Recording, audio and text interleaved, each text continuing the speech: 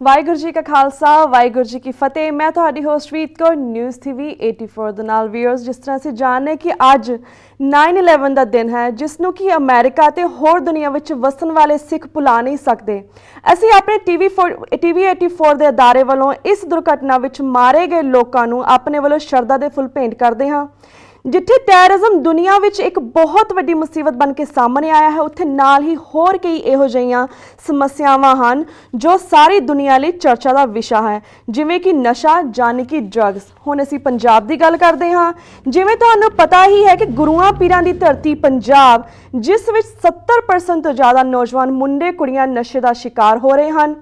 ਸਮੇਂ ਦੀ ਸਰਕਾਰ ਨੂੰ ਸਵਾਲ ਕਰਨ ਤੇ ਉਹਨਾਂ ਦਾ ਜਵਾਬ ਹਰ ਅਨਹੋਣੀ ਲਈ ਗਵਾਂਢੀ ਦੇਸ਼ ਹੁੰਦਾ ਹੈ, ਪਰ ਕੁਝ ਐਸੇ ਸ਼ਖਸ ਜਿਨ੍ਹਾਂ ਦਾ ਜ਼ਮੀਰ ਜਿਉਂਦਾ ਹੈ, ਉਹ ਪੰਜਾਬ, ਪੰਜਾਬੀਅਤ ਅਤੇ ਇਨਸਾਨੀਅਤ ਦੇ ਨਾਂ ਤੇ ਆਪਣੀਆਂ ਸੇਵਾਵਾਂ ਦੇਸ਼ ਕੌਮ ਦੇ ਨਾਂ ਦਿੰਦੇ ਰਹਿੰਦੇ ਹਨ ਅਤੇ ਲੋਕਾਂ ਨੂੰ ਸਰਕਾਰ ਵੱਲੋਂ ਗੁੰਮਰਾਹ ਕੀਤੇ ਜਾਣ ਦੇ ਬਾਰ-ਬਾਰ ਝੰਜੋੜਦੇ ਰਹਿੰਦੇ ਹਨ। ਇਸ ਨਸ਼ੇ ਨੂੰ ਰੋਕਣ ਲਈ ਸਾਬਕਾ DGP ਸ਼ਸ਼ੀਕਾਂਤ ਲੰਮੇ ਸਮੇਂ ਤੋਂ ਜਦੋਜਹਿਦ ਕਰ ਰਹੇ ਹਨ ਅਤੇ ਲੰਮੇ ਸਮੇਂ ਤੋਂ ਨਾਮੁਰਾਦ ਅਲਾਮਤ ਦੇ ਸ਼ਿਕਾਰ ਲੋਕਾਂ ਨੂੰ ਜਾਗਰੂਕ ਕਰਵਾਉਂਦੇ ਰਹਿੰਦੇ ਹਨ। ਹੁਣ ਉਹਨਾਂ ਵੱਲੋਂ ਪੰਜਾਬ ਹਰਿਆਣਾ ਹਾਈ ਕੋਰਟ ਵਿੱਚ ਪਟੀਸ਼ਨ ਫਾਈਲ ਕੀਤੀ ਗਈ ਹੈ ਤੇ ਉਹਨਾਂ ਨਾਲ ਅਸੀਂ ਇਸ ਪਟੀਸ਼ਨ ਬਾਰੇ ਗੱਲਬਾਤ ਕਰਦੇ ਹਾਂ। ਤੇ ਸਾਨਾ ਹੁਣ ਲਾਈਨ ਤੋਂ ਜੁੜ ਚੁੱਕੇ ਨੇ ਸ਼ਸ਼ੀਕਾਂਤ ਜੀ। ਵੀਰ ਜੀ, ਸਤਿ ਸ਼੍ਰੀ ਅਕਾਲ। ਤੁਹਾਡਾ ਸਾਰੇ ਸ਼ੋਅ ਦੇ ਵਿੱਚ ਇੱਕ ਵਾਰ ਫਿਰ ਤੋਂ ਸਵਾਗਤ ਹੈ। ਸਤਿ ਸ਼੍ਰੀ ਅਕਾਲ ਜੀ ਤੁਹਾਨੂੰ ਤੇ ਜਿਹੜੇ ਸਾਡੇ ਸਰੋਤਾ ਹੈਗੇ ਨੇ, ਸੁਣਨ ਵਾਲੇ ਹੈਗੇ ਨੇ, ਉਹਨਾਂ ਦੇ ਪਰਿਵਾਰ ਸਾਰਿਆਂ ਨੂੰ ਸਤਿ ਸ਼੍ਰੀ ਅਕਾਲ ਤੇ ਰੱਬ ਸਾਰੇ ਦੀ ਚੜ੍ਹਦੀ ਕਲਾ ਰੱਖੇ। ਜੀ ਵੀਰ ਜੀ, ਸ਼ੁਕਰੀਆ। ਵੀਰ ਜੀ, ਸਭ ਤੋਂ ਪਹਿਲਾਂ ਅਸੀਂ ਜਾਣਨਾ ਚਾਹੁੰਦੇ ਕਿ ਖਬਰਾਂ ਵਿੱਚ ਤੁਹਾਡੇ ਵੱਲੋਂ ਇੰਕਸ਼ਾਫ ਕੀਤਾ ਗਿਆ ਕਿ ਕਿਵੇਂ ਡਰੱਗ ਸਮਗਲਿੰਗ ਤੋਂ ਆਉਣ ਵਾਲੀ ਐਨੂਅਲ 60,000 ਕਰੋੜ ਰੁਪਏ ਦੀ ਰਕਮ ਸਟੇਟ ਇਲੈਕਸ਼ਨ ਲਈ ਵਰਤੀ ਜਾਂਦੀ ਹੈ। ਇਸ ਬਾਰੇ ਜਿਹੜੇ ਬਾਹਰ ਦੇ ਸਾਡੇ ਦਰਸ਼ਕ ਨੇ, ਉਹਨਾਂ ਨੂੰ ਪੂਰਾ ਵੇਰਵਾ ਦਿਓ। ਕੁਝ ਸਮਾਂ ਪਹਿਲੇ ਇੱਕ TV ਇੰਟਰਵਿਊ ਹੋ ਰਿਹਾ ਸੀ, ਜਿਹਦੇ ਚ ਕੁਝ ਉੱਤੇ ਜਰਨਲਿਸਟ ਵੀ ਸਨ, ਪੱਤਰਕਾਰ ਵੀ ਸਨ ਤੇ ਕੁਝ ਹੋਰ ਪੋਲੀਟੀਸ਼ੀਅਨ ਵੀ ਸਨ, ਜਿਨ੍ਹਾਂ ਨੂੰ ਇਸ ਸੰਬੰਧ ਦੇ ਬਾਰੇ ਜਾਣਕਾਰੀ ਹੈਗੀ ਹੈ। ਇਹ ਤੱਥ ਸਾਰੇ ਪੰਜਾਬ ਨੂੰ ਪਤਾ ਹੈਗਾ, ਸਾਰੀ ਦੁਨੀਆ ਨੂੰ ਪਤਾ ਹੈਗਾ ਜੀ। ਉੱਥੇ ਗੱਲਾਂ ਦੇ ਦੌਰਾਨ ਇਹ ਗੱਲ ਆਈ, ਜਦੋਂ ਉਹਨਾਂ ਨੂੰ ਪੁੱਛਿਆ ਗਿਆ ਕਿ ਪੰਜਾਬ 'ਚ ਕਿੰਨੀ ਡਰੱਗਸ ਆਉਂਦੀਆਂ ਹੋਣੀਆਂ ਨੇ, ਉਹਨਾਂ ਨੇ ਕਿਹਾ ਕਿ ਪੰਜਾਬ ਦੇ ਵਿੱਚ ਇੱਕ ਮਹੀਨੇ 'ਚ ਘੱਟ ਤੋਂ ਘੱਟ 1000 ਕਿਲੋਗ੍ਰਾਮ ਹੈਰੋਇਨ ਆਉਂਦੀ ਹੈਗੀ ਹੈ। ਹਾਂਜੀ, 1000 ਕਿਲੋਗ੍ਰਾਮ ਦਾ ਮਤਲਬ ਹੈਗਾ ਇੰਟਰਨੈਸ਼ਨਲ ਵੈਲਿਊ 5000 ਕਰੋੜ ਰੁਪਏ। ਹਾਂਜੀ, ਇਹਨੂੰ ਤੁਸੀਂ 12 ਦੇ ਨਾਲ ਮਲਟੀਪਲਾਈ ਕਰ ਦੋ, it comes out with 60,000 crore ਪਰ ਐਨਮ ਜੀ। ਇਹ ਇੰਨਾ ਵੱਡਾ ਅਮਾਉਂਟ ਹੈਗਾ ਕਿ ਤੁਸੀਂ ਇਹਦੇ ਬਾਰੇ ਬੰਦਾ ਸੋਚਣ ਦੀ ਕੋਸ਼ਿਸ਼ ਵੀ ਕਰੇ ਤੇ ਬਹੁਤ ਲਾਜਾਇਜ਼ ਹੈ। ਹਾਂਜੀ, ਔਰ ਪਿਛਲੇ ਦਿਨਾਂ 'ਚ ਅਸੀਂ ਸਾਰਿਆਂ ਨੇ ਵੇਖਿਆ ਹੈਗਾ ਕਿ ਪੰਜਾਬ ਦੇ ਵਿੱਚ ਕੋਈ ਵੀ ਇਲੈਕਸ਼ਨ ਹੋਵੇ ਜੀ, ਚਾਹੇ ਉਹ ਪੰਚਾਇਤ ਦਾ ਹੈਗਾ, ਚਾਹੇ ਸਰਪੰਚ ਦਾ ਹੈਗਾ, ਬਲਾਕ ਦਾ ਹੈਗਾ, ਜ਼ਿਲ੍ਹੇ ਦਾ, ਵਿਧਾਨ ਸਭਾ, ਲੋਕ ਸਭਾ, ਹਰ ਇਲੈਕਸ਼ਨ ਦੇ ਵਿੱਚ ਨਸ਼ੇ ਜਿਹੜੇ ਹੈਗੇ ਨੇ ਉਹਨਾਂ ਦੀ ਦੁਰਵਰਤੋਂ ਹੁੰਦੀ ਹੈਗੀ ਹੈ। ਨਸ਼ੇ, ਪੈਸੇ, ਹਰ ਚੀਜ਼ ਜਿਹੜੀ ਹੈਗੀ ਖੁੱਲੇ ਤੌਰ ਤੇ ਵੰਡੀ ਜਾਂਦੀ ਹੈਗੀ ਹੈ ਤੇ ਜਿਹਦੇ ਬਾਰੇ ਸਾਡਾ ਇਲੈਕਸ਼ਨ ਕਮਿਸ਼ਨ ਹੈਗਾ ਉਹ ਵੀ ਕਦੇ ਕੋਈ ਸਵਾਲ ਨਹੀਂ ਕਰਦਾ ਹੈਗਾ, ਕੋਈ ਕਿੰਤੂ ਪਰੰਤੂ ਨਹੀਂ ਕਰਦਾ ਹੈਗਾ। ਇਹ ਸਾਰਾ ਪੈਸਾ ਜਿਹੜਾ ਹੈਗਾ ਓਬਵੀਅਸਲੀ ਕੋਈ ਬਿਜ਼ਨਸਮੈਨ, ਕੋਈ ਚੰਦਾ ਜਿਹੜਾ ਹੈਗਾ ਇਹਦੇ 'ਚ ਨਹੀਂ ਹੈਗਾ। ਰਿਪੋਰਟਸ ਕਹਿੰਦੀਆਂ ਹੈਗੀਆਂ ਨੇ ਕਿ ਸਾਰਾ ਪੈਸਾ ਜਿਹੜਾ ਹੈਗਾ ਡਰੱਗ ਮਨੀ ਦਾ ਹੈਗਾ। ਹਾਂਜੀ, ਪੋਲੀਟੀਕਲ ਪਾਰਟੀਜ਼ ਦੇ ਵਿੱਚ ਆਪਸ ਦੇ ਵਿੱਚ ਐਗਰੀਮੈਂਟਸ ਹੁੰਦੇ ਨੇ, ਜਿਹਦੇ 'ਚ ਲੰਬੇ ਪੈਸੇ ਜਿਹੜੇ ਹੈਗੇ ਨੇ ਦੂਜੇ ਨੂੰ ਦਿੱਤੇ ਜਾਂਦੇ ਨੇ ਕੈਂਡੀਡੇਟਸ ਖੜੀ ਕਰਨ ਲਈ ਜੀ। ਤਾਂ ਇਹ ਸਾਰਾ ਪੈਸਾ ਜਿਹੜਾ ਹੈਗਾ ਹੈ, ਇਹ ਸਾਰਾ ਡਰੱਗ ਮਨੀ ਜਿਹੜੀ ਹੈ ਕਿ ਇਹਦੇ 'ਚ ਵੀ ਇਸਤੇਮਾਲ ਹੋ ਰਹੀ ਹੈ ਤੇ ਇਹ ਬੰਦੇ ਜਿਹੜੇ ਹੈਗੇ ਨੇ ਆਪਣੇ ਪੋਲੀਟੀਕਲ ਗੇਨ ਦੇ ਇਲਾਵਾ ਆਪਣੇ ਪਰਸਨਲ ਫਾਇਦੇ ਅਤੇ ਆਰਾਮ ਲਈ ਵੀ ਡਰੱਗ ਮਨੀ ਜਿਹੜੀ ਹੈਗੀ ਇਹਦਾ ਖੁੱਲਾ ਯੂਜ਼ ਕਰਦੇ ਹੈਗੇ ਨੇ ਜੀ। ਤੇ ਵੀਰ ਜੀ, ਜਿਸ ਤਰ੍ਹਾਂ ਹਰ ਵੇਲੇ ਜੋ ਗੱਲ ਕਰੀਏ ਡਰੱਗਸ, ਕਹਿੰਦੇ ਨੇ ਪਾਕਿਸਤਾਨ ਤੋਂ ਡਰੱਗਸ ਆਈ ਹੈ, ਪਰ ਜਿਸ ਤਰ੍ਹਾਂ ਤੁਸੀਂ ਇਹ ਵੀ ਇੰਕਸ਼ਾਫ ਕੀਤਾ ਕਿ ਪੰਜਾਬ ਦੇ ਵਿੱਚ ਡਰੱਗ ਜਿਹੜੀ ਹੁੰਦੀ ਹੈ ਮੈਨੂਫੈਕਚਰ ਹੋ ਰਹੀ ਹੈ, ਇਸ ਬਾਰੇ ਵੀ ਦੱਸੋ। ਪੰਜਾਬ ਦੇ ਵਿੱਚ ਪਾਕਿਸਤਾਨ ਤੋਂ ਡਰੱਗ ਆਉਂਦੀ ਹੈਗੀ ਨੇ, ਇਹਦੇ 'ਚ ਕੋਈ ਸ਼ੱਕ ਦੀ ਗੱਲ ਨਹੀਂ ਹੈਗੀ ਹੈ। ਇਹਦੇ 'ਚ ਕਨਾਈਵਨ ਜਿਸ ਤਰ੍ਹਾਂ ਹਮੇਸ਼ਾ ਕਹਿੰਦਾ ਰਿਹਾ, ਬਾਰਡਰ ਸਿਕਿਉਰਿਟੀ ਫੋਰਸ ਦੀ ਵੀ ਹੈਗੀ ਹੈ, ਇੰਟੈਲੀਜੈਂਸ ਏਜੰਸੀਜ਼ ਦੀ ਵੀ ਹੈਗੀ ਹੈ, ਪੰਜਾਬ ਪੁਲਿਸ ਦੀ ਵੀ ਹੈਗੀ ਹੈ, ਪੋਲੀਟੀਸ਼ੀਅਨ ਦਾ ਸੰਰਕਸ਼ਣ ਹੈਗਾ, ਉਹਨਾਂ ਨੂੰ ਪ੍ਰੋਟੈਕਸ਼ਨ ਪ੍ਰਾਪਤ ਹੈਗਾ, ਕਰਦੇ ਹੈਗੇ ਨੇ। ਇਹਦੇ ਇਲਾਵਾ ਅਨਫੋਰਚੂਨੇਟਲੀ ਪੰਜਾਬ ਦੇ ਵਿੱਚ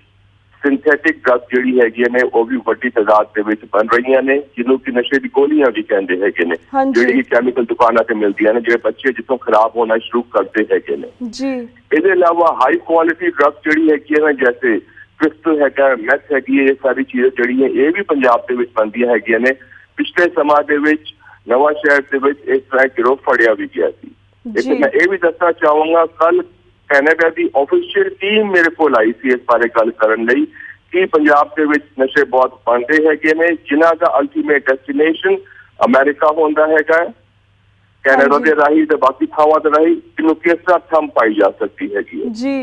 हर बाकी कई मुल्कों के फोन मनु उन्होंने जेडे ऑफिशियल एजेंसीज है सिक्योरिटी एजेंसीज है आए है वो सारे मेरे को आ करके इस बारे गल करना चाहते हैं इसका मतलब है कि जी गल असी कहते हैं मैं कहना है ऑर्गेनाइजेशन कहते हैं कि पंजाब के ड्रग्स है ने ये सिर्फ असी ही नहीं कहते हैं बट दुनिया की जिन्नी भी सरकार है वो कह रही ने अज की तरीक से पंजाबी जिन्होंने कहते थे उन्होंने शान ही निराली हैगी है उन्होंने वल उंगलियां उठाई जा रही ने पॉलिटिशियंस करके हाँ जी जी ਤੇ ਵੀਰ ਜੀ ਜਿਹੜੀ ਤੁਸੀਂ ਪੰਜਾਬ ਹਰਿਆਣਾ ਹਾਈ ਕੋਰਟ ਵਿੱਚ ਪਟੀਸ਼ਨ ਫਾਈਲ ਕੀਤੀ ਹੈ ਉਸ ਦੀ ਹੀਅਰਿੰਗ ਕਿਵੇਂ ਚੱਲ ਰਹੀ ਹੈ ਇਸ ਬਾਰੇ ਵੀ ਦੱਸੋ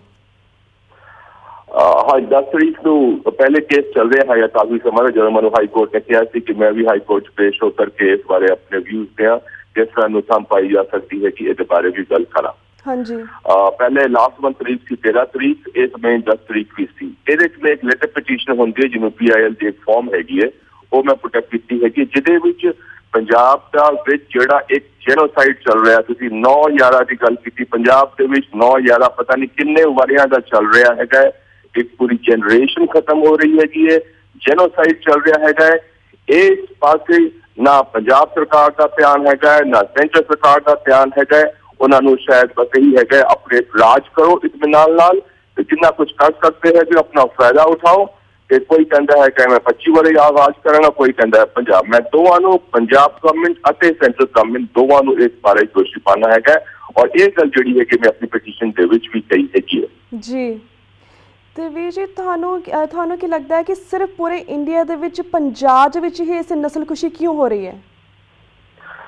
पंजाब ये हो रही है जी सारी स्टेटा से बट अनफॉर्चुनेटली बदकिस्मती नाल पंजाब का नंबर जो है हमेशा एक नंबर रहता है चंगा गल्लां च भी एक नंबर है माड़ी गल्लां दे विच भी जी पंजाब के विच एक बॉर्डर है और दूसरा समहाउ दी अदर पहले तुहानूं भी पता है सारे पता कि सोने की तस्करी होती थी पंजाब तो इंडिया के विच सारी तस्करी इत्थों होती थी इस बॉर्डर तो सिवाय बॉम्बे के वही जो पुराने कॉन्टैक्ट है जो पहले जो सोने की स्मगलिंग करते सन हुण वो हेरोइन की दूजी ड्रग्स जी है उन्होंने स्मगलिंग करवाते हैं तो उन्होंने व्यापार करके अपना घर बनाते हैं अपना उस पैसे ने पॉलिटिक्स में भी इस्तेमाल करते हैं हाँ जी जी ਤੇ ਵੀਰ ਜੀ ਜਿਸ ਤਰ੍ਹਾਂ ਤੁਸੀਂ ਦੱਸਿਆ ਕਿ ਇਸ ਦੇ ਵਿੱਚ ਪਿੱਛੇ ਬਹੁਤ ਵੱਡੇ ਹੱਥ ਨੇ ਪੋਲੀਟੀਸ਼ੀਅਨ ਨੇ ਵੱਡੇ ਕ੍ਰਿਮੀਨਲ ਨੇ ਮਾਫੀਆ ਵੀ ਹੋ ਸਕਦਾ ਹੈ ਕਿ ਇਸ ਮੁੱਦੇ ਦਾ ਕੋਈ ਨਤੀਜਾ ਨਿਕਲੇ ਜਿਸ ਤੁਸੀਂ ਇਸ ਨੂੰ ਸਰਕਾਰ ਦੇ ਸਾਹਮਣੇ ਲੈ ਕੇ ਆ ਰਹੇ ਹੋ ਕਿ ਇਸ ਦਾ ਕੋਈ ਨਤੀਜਾ ਨਿਕਲੇਗਾ ਇਸ ਦਾ ਨਤੀਜਾ ਨਿਕਲੇਗਾ ਜੇ ਅਸੀਂ ਆਪ ਹੀ ਇੱਕ ਅਵੇਅਰਨੈਸ ਕ੍ਰੀਏਟ ਕਰੀਏ ਜੇ ਪੰਜਾਬੀਆਂ ਦੀ ਅਨਕ ਹੀ ਮਰ ਗਈ ਹੈਗੀ ਹੈ ਤਾਂ ਤੇ ਉਹਨਾਂ ਨੂੰ ਕੋਈ ਨਹੀਂ ਬਚਾ ਸਕਦਾ ਹੈਗਾ ਜੀ ਜੇ ਕਿਸੇ ਨੇ ਬਚਾਣਾ ਹੁੰਦਾ ਹੈ ਬੰਦਾ ਆਪਣੇ ਆਪ ਨੂੰ ਖੁਦ ਨੂੰ ਬਚਾ ਸਕਦਾ ਹੈਗਾ ਉਹਨੂੰ ਸਾਰਿਆਂ ਤੋਂ ਪਹਿਲੇ ਆਪਣੇ ਆਪ ਖੜਾ ਹੋਣਾ ਪੈਂਦਾ ਹੈਗਾ ਹਾਂਜੀ ਇੱਥੇ ਅਸੀਂ ਕੋਸ਼ਿਸ਼ ਕਰ ਰਹੇ ਹੈਗੇ ਕਿਉਂਕਿ ਮੇਰਾ ਯਕੀਨ ਕਿਸੇ ਵੀ ਸਰਕਾਰ ਤੇ ਨਹੀਂ ਹੈਗਾ ਕਿਸੇ ਵੀ ਪੋਲੀਟੀਕਲ ਸਿਸਟਮ ਤੇ ਨਹੀਂ ਹੈਗਾ ਇਸ ਕਰਕੇ ਅਸੀਂ ਇਹਦੇ ਚ ਕੋਰਟ ਦੀ ਰਾਹੀਂ ਮੋਨੀਟਰਿੰਗ ਕਰਵਾ ਕਰਕੇ स्पेसिफिक मॉनिटरिंग करवा के पॉइंटेड मॉनिटरिंग करा करके इसका सोल्यूशन करने की कोशिश कर रहे हैं एक मैसिव स्केल एक जन चेतना क्रिएट करने की कोशिश कर रहे हैं एक वेव क्रिएट करने की कोशिश कर रहे हैं साडा संत समाज जड़ा है लगभग सारा इस इशू से साडे नाल आ गया है हाँ जी कई थावां ते संत समाज जड़े है उन्होंने रैलीज भी ऑर्गेनाइज कीतियां सन जी जथेदार अकाल तख्त साहब ने भी कहा है कि गल जड़ी हो गई है बहुत गलत हो रही है कई थावां ते वो भी साडे नाल खड़े होए पर फिर भी सरकारां नूं समझ क्यों नहीं आंदा हैगा इहदा राह इक्को ही हैगी है जद लोकी इस गल ते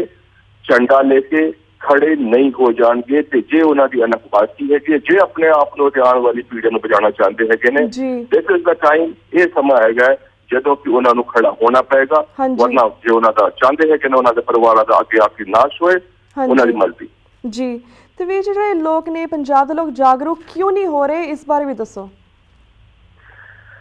जागरूक क्यों नहीं हो रहे हैं बड़ा चंगा सवाल है तो टेढ़ा सवाल है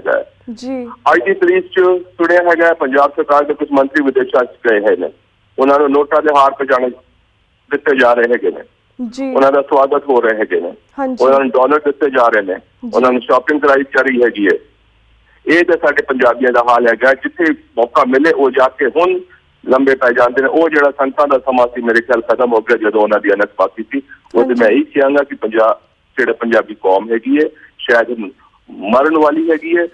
मेरा हमेशा जिसे जानना है चूंकि रेडियो टॉक है इस मैं नहीं कहता वरना जिथे मैं जानना पहले मैं कहना है कि पंजाबी कौम ਅਤੇ ਉਹਨਾਂ ਦੀ ਅਨਕ ਤੇ ਮੌਤ ਦੇ ਉੱਤੇ 2 ਮਿੰਟ ਦਾ ਸਾਇਲੈਂਸ ਰੱਖੋ।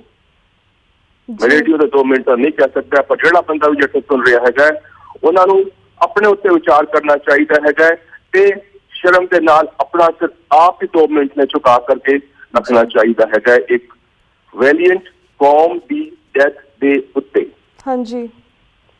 ਜੀ ਵੀਰ ਜੀ, ਜਿਸ ਤਰ੍ਹਾਂ ਤੁਹਾਨੂੰ ਅਸੀਂ ਪਿਛਲੀ ਵਾਰੀ ਗੱਲ ਕੀਤੀ ਸੀ ਤੁਸੀਂ ਸਾਨੂੰ ਦੱਸਿਆ ਸੀਗਾ ਕਿ ਕਿਸ ਤਰ੍ਹਾਂ ਤੁਸੀਂ ਪਿਛਲੀ ਵਾਰੀ ਗੱਲ ਕੀਤੀ ਸੀ ਸਾਨੂੰ ਦੱਸਿਆ ਸੀ ਕਿਸ ਤਰ੍ਹਾਂ ਜੋ ਬਾਹਰ ਇੰਡੀਆ ਦੇ ਮੁੱਖ ਮੰਤਰੀ ਜੋ ਬਾਹਰ ਆਉਂਦੇ ਨੇ ਉਹਨਾਂ ਦਾ ਸਵਾਗਤ ਨਹੀਂ ਕਰਨਾ ਚਾਹੀਦਾ, ਉਹਨਾਂ ਨੂੰ ਗਿਫਟਸ ਨਹੀਂ ਬਾਏ ਕਰਨਾ ਚਾਹੀਦਾ। ਜਿਹੜੀਆਂ ਬਾਹਰ ਦੀਆਂ ਸੰਗਤਾਂ ਨੇ ਉਹਨਾਂ ਨੇ ਤੁਹਾਨੂੰ ਲਿਸਨ ਕੀਤਾ, ਇਸ ਚੀਜ਼ 'ਤੇ ਅਸੀਂ ਕਾਇਮ ਵੀ ਰਹੇ। ਈਵਨ ਸਿੱਖਸ ਫॉर ਜਸਟਿਸ ਜਿਹੜੀ ਇੱਥੇ ਅਮਰੀਕਾ ਦੇ ਵਿੱਚ ਹੈਗੀ ਜਥੇਬੰਦੀ, ਉਹਨਾਂ ਨੇ ਸੋਨੀਆ ਗਾਂਧੀ ਹੋਈ, ਪ੍ਰਕਾਸ਼ ਬਾਦਲ ਹੋਈ, ਸੁਖਬੀਰ ਬਾਦਲ ਦੇ ਉੱਪਰ ਸਮਨਸ ਵੀ ਜਾਰੀ ਕੀਤੇ ਨੇ। ਅਗਰ ਤੁਸੀਂ ਜਿਹੜੇ ਬਾਕੀ ਵੀ ਜਿਹੜੇ ਨਸ਼ੇ ਦੇ ਵਿੱਚ ਲੱਗੇ ਹੋਏ ਲੋਕ ਨੇ, ਪੋਲੀਟੀਸ਼ੀਅਨ ਨੇ ਜਾਂ ਕ੍ਰਿਮੀਨਲਸ ਨੇ, ਅਗਰ ਤੁਸੀਂ ਸਾਨੂੰ ਉਹਨਾਂ ਦਾ ਨਾਮ ਵੀ ਦਿੰਦੇ ਹੋ ਟੀਵੀ ਦੇ ਉੱਤੇ, ਅਸੀਂ ਸ਼ਾਇਦ ਉਹਨਾਂ ਤੇ ਵੀ ਲਗਾਮ ਪਾ ਸਕੀਏ। ਦੱਸਿਆ ਕਿ ਹਰ ਪੋਲੀਟੀਕਲ ਪਾਰਟੀ ਦੇ ਬੰਦੇ ਜਿਹੜੇ ਹੈਗੇ ਨੇ ਇਹਦੇ 'ਚ ਇਨਵੋਲਵ ਹੈਗੇ ਨੇ। ਜਦੋਂ 10 ਤਰੀਕ ਤੋਂ ਹਾਈ ਕੋਰਟ ਦੇ ਵਿੱਚ ਤਰੀਕ ਸੀ, ਸਾਡੇ ਪੰਜਾਬ ਦੇ ਐਡਵੋਕੇਟ ਜਨਰਲ ਜਿਹੜੇ ਹੈਗੇ ਨੇ ਉਹਨਾਂ ਨੇ ਆਪਣੀ ਸੋਚ ਵਿੱਚ ਮੇਰੇ ਉੱਤੇ ਦੋਸ਼ ਲਾਇਆ ਕਿ ਮੈਂ ਇਹਨੂੰ ਪੋਲੀਟੀਸਾਈਜ਼ ਕਰ ਰਿਹਾ ਹੈਗਾ ਜੀ। ਮਾਨਯੋਗ ਅਦਾਲਤ ਜਿਹੜੀ ਹੈਗੀ ਹੈ ਉਹਨੇ ਕਿਹਾ ਕਿ ਇਹ ਜਿਹੜਾ ਦੋਸ਼ ਮੇਰੇ ਉੱਤੇ ਲਾ ਰਿਹਾ ਹੈਗਾ ਹੈ ਉਹ ਗਲਤ ਹੈਗਾ ਕਿ ਮੈਂ ਕਦੇ ਕਿਸੇ ਦਾ ਨਾਂ ਨਹੀਂ ਲਿੱਤਾ, ਕਦੇ ਮੈਂ ਕਿਸੇ ਪੋਲੀਟੀਕਲ ਪਾਰਟੀ ਦੀ ਗੱਲ ਨਹੀਂ ਕੀਤੀ। ਮੈਂ ਹਮੇਸ਼ਾ ਕਹਿਣਾ ਹੈਗਾ ਕਿ ਹਰ ਪੋਲੀਟੀਕਲ ਪਾਰਟੀ ਔਰ ਇਹਦੇ 'ਚ ਇਨਵੋਲਵ ਹੈਗੇ ਨੇ, ਹਰ ਪੋਲੀਟੀਕਲ ਪਾਰਟੀ ਦੇ ਬੰਦੇ ਇਹਦੇ 'ਚ ਇਨਵੋਲਵ ਹੈਗੇ ਨੇ। ਮੈਂ ਜੇ ਨਾਂ ਨਹੀਂ ਲੈਣਾ ਚਾਹੁੰਦਾ ਹੈਗਾ ਸਿਰਫ ਇਸ ਕਰਕੇ ਕਿ ਨਾਂ ਤੇ ਮੇਰੇ ਦਿਮਾਗ 'ਚ ਹੈਗੇ ਨੇ, ਪੋਸਟ ਦੱਸ ਹੀ ਦਿਆਂਗਾ ਮੈਂ। ਹੋ ਸਕਦਾ ਹੈਗਾ ਮੈਂ ਐਡਮਿਟ ਨਹੀਂ ਕਰਾਂਗਾ, ਹੋ ਸਕਦਾ ਹੈ ਸ਼ਾਇਦ ਮੈਂ ਦੱਸ ਹੀ ਦਿੱਤੇ ਹੋਣ, ਪਰ ਮੇਰੇ ਕੋਲ ਅੱਜ ਦੀ ਤਾਰੀਖ ਦੇ ਵਿੱਚ ਉਹਨਾਂ ਦੇ ਖਿਲਾਫ ਕੋਈ ਸਬੂਤ ਨਹੀਂ ਹੈਗਾ ਤੇ ਉਹ ਜਿੰਨੇ ਵੀ ਸਬੂਤ ਸਨ ਉਹ ਇੰਟੈਲੀਜੈਂਸ ਦੀ ਫਾਈਲਾਂ ਦੇ ਉੱਤੇ ਹੈਗੇ ਨੇ। ਬਿਨਾਂ ਸਬੂਤ ਦੇ ਬਿਨਾਂ ਪ੍ਰੂਫ ਦੇ ਮੈਂ ਕੋਈ ਗੱਲ ਨਹੀਂ ਕਰਨਾ ਚਾਹੁੰਦਾ ਜਾਂ ਮੰਨਦਾ ਹੈਗਾ ਕਿਉਂਕਿ ਇਸ ਤਰੀਕੇ ਮੈਂ ਸਰਵਿਸ 'ਚ ਨਹੀਂ ਹੈਗਾ, ਮੇਰੇ ਕੋਲ ਕੋਈ ਪ੍ਰੂਫ ਨਹੀਂ ਹੈਗਾ।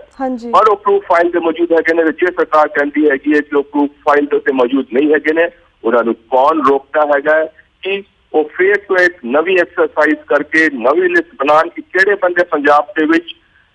ਡਰੱਗ ਸਮਗਲਿੰਗ ਦੇ ਮੇਨ ਕਾਰੋਬਾਰੀ ਹੈਗੇ ਨੇ ਤੇ ਉਹਨਾਂ ਦੇ ਉੱਤੇ ਸਪੈਸੀਫਿਕ ਪੁਆਇੰਟਡ ਐਕਸ਼ਨ ਕਿਉਂ ਨਹੀਂ ਲਿੱਤਾ ਜਾ ਰਿਹਾ ਹੈ। ਜੀ ਬਿਲਕੁਲ। ਤੇ ਵੀਰ ਜੀ ਇੱਥੇ ਸਾਡਾ ਵਕਤ ਹੋ ਗਿਆ ਇੱਕ ਛੋਟੇ ਜਿਹੇ ਬ੍ਰੇਕ ਦਾ। ਸਾਡੇ ਕੋਲ ਸਵਾਲ ਥੱਲੇ ਹੋਰ ਵੀ ਬਹੁਤ ਨੇ, ਪਰ ਅਸੀਂ ਬ੍ਰੇਕ ਤੋਂ ਬਾਅਦ ਤੁਹਾਨੂੰ ਸਵਾਲਾਂ ਦਾ ਸਿਲਸਿਲਾ ਇਸੇ ਤਰ੍ਹਾਂ ਜਾਰੀ ਰੱਖਾਂਗੇ। ਤੁਸੀਂ ਸਾਡਾ ਲਾਈਨ ਤੇ ਇਸੇ ਤਰ੍ਹਾਂ ਬਣੇ ਰਹੋ। Viewers, time for a short break. Keep watching News TV 84. Then I will be right back after a short break.